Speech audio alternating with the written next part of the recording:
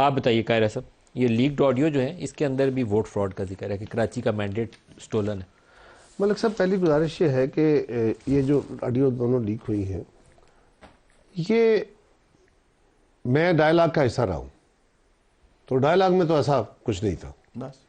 سوال یہ ہے کہ کیا یہ بات ان کو مسلم لیگ کی لیڈرشپ نے کہی ہے؟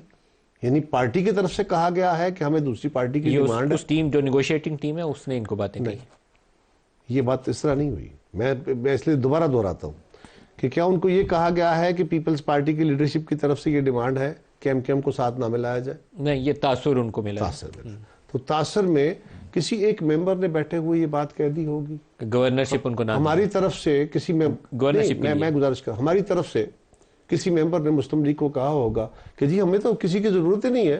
یہ اپنا ویو ہے نا، ابھی بیٹھے ہوئے ہم 3 بیٹھے ہوئے ہیں، میں کہتا ہوں کہ ہمیں تو ضرورت ہی نہیں ہے، ہمارے تو ممبر ہی تعداد پوری ہو جاتی، تعداد پوری، تو ہم کیوں جی وہ بارگین کریں؟ تو یہ ڈزنٹ مینس کہ ہماری تینوں کی رائے آ گئی۔ یہ کسی جماعت کی رائے نہیں ہے، یہ کسی جماعت کے لیڈر کی طرف سے انہیں کنوے نہیں ہوئی۔ وہاں پہ بھی ڈسکشن میں ڈائلاگ کے اندر ہوتا ہے، وہ ہو سکتا ہے کسی نے پریشر کے طور پہ استعمال کر دیا ہو کہ وہ تو ہمیں کہتے ہیں ضرورت ہی نہیں ہے، آپ ہم سے یہ مانگتے ہیں۔ تو اس بات کو اس طرح لے لینا کہ یہ جماعت کی طرف سے تھا۔ اچھا، اب سوال یہ ہے کہ Muslim League is the lead party,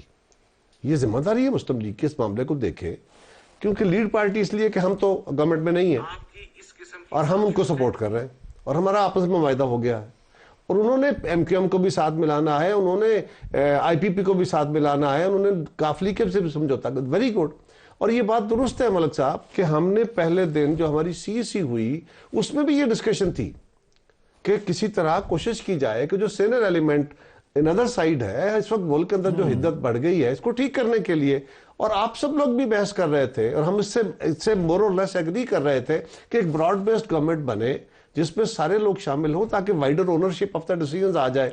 اس کے اوپر بھی ہم ایک کوشش کرتے، لیکن عمران خان صاحب نے دوسرے دن ہماری سی سے پہلے یہ اعلان کرا دیا کہ ان 3 جماعتوں سے ڈائلاگ نہیں ہوگا، مذاکرات نہیں ہوں گے۔ اب بھائی ایک بندہ کھڑا ہے، وہ کہتا ہے میں سیاسی جماعتوں سے، اچھا فرض کریں آپ کے پاس 160 سیٹیں، مثال کے طور پر آپ کی سیٹیں چھین لیں گے، چلو اچھا جی سیٹیں چھین گئی آپ کی، آدھی سیٹیں تو پھر بھی 100 سیٹ تو ہے نا باہر، وہ 100 سیٹ پاکستان پیپلز پارٹی کی، مسلم لیگ کی، جے یو آئی کی، ایم کیو ایم کی، کچھ سیٹیں تو ہیں، ان کا مینڈیٹ نہیں ہے، ان کو پاکستان کے لوگوں نے ووٹ نہیں دیے، جن حلقوں سے آپ جیتے ہیں وہاں کے لوگوں نے ووٹ نہیں دیے۔ آپ ایک بات پہ ہو ڈینائل موڈ میں یا ایک اینگری ینگ میں کہ میں نہیں مانتا، میں ان سے بات نہیں کروں گا۔ فوج کے ساتھ آپ لڑنا چاہتے ہو، اداروں کے اوپر آپ یہ الغار چڑھا کے بیٹھے ہو۔ اسی الیکشن کمیشن کے ساتھ ہمیں گلے نہیں تھے۔